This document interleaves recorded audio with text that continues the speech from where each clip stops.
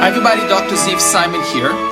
Welcome to this video. This one I'm going to talk about forceps selection, whether you should use forceps or not use forceps. First, I wanted to start talking about my early days in dentistry, specifically my first extraction. And I vividly remember this was an upper left canine. I remember my instructor placed the forceps on the tooth for me, told me to hold it and wiggle it and the tooth will come out, and it did come out, but it probably had peri disease, probably class 3 mobility, so it was kind of easy.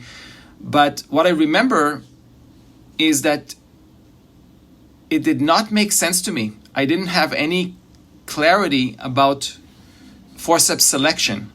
So back in dental school, we're all clueless about which extraction instrument to use and when. Now, fast forward 25 years later, and I still notice many dentists out there extracting teeth without a clear game plan, basically using whatever tools happen to be at hand, meaning whatever the assistant is giving them, they're using without a clear extraction plan and having clarity about instruments.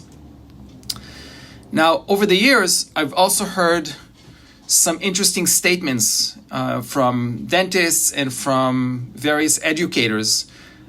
Statements like, forceps are traumatic and they break the bone, or I haven't used forceps in years, I only use elevators. So should we use forceps or not? That's really the question here. So the answer is yes, we should use forceps if we have enough tooth structure to grab on. Now, it doesn't mean that you are necessarily going to deliver the tooth with the forceps. Doesn't mean you're going to extract the tooth with forceps, but we are going to use the forceps initially to vibrate the tooth. Like I mentioned in the last email, a critical part of tooth extraction is loosening, it's vibration, and forceps are champions at that. They're excellent at that. So please don't toss forceps aside. They play a crucial role in extractions. What you need are clear instructions on when and how to use them. And guess what?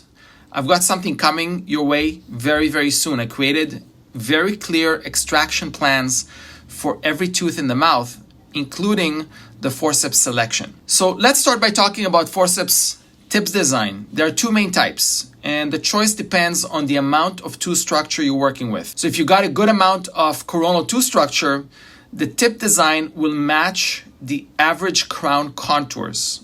We used to call them universal forceps. Now we call them forceps A. Now, if the coronal tooth structure is compromised, or if there are furcations involved, you need a different tip design. Take a look at the beaks on this forceps. They got a better grab into the furcation. So it's perfect for firmly holding the tooth with minimal coronal structure and a compromised support. And this is what we call forceps B, or specialized forceps. So I hope this simple example sheds some light on forceps tip design.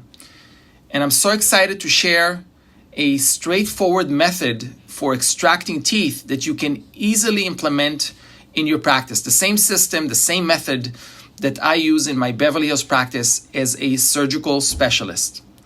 So, to use or not to use forceps, the answer is yes, use them. And what you need are very clear instructions on how and when to use them. So stay tuned for an upcoming training where I'll dive deeper into this topic. In the next video, I'm going to talk about how to split teeth between the roots, separate those roots, and I'm going to give you examples for upper and lower molars. Wishing you all the surgical success in the world. This is Dr. Zeev Simon, signing off.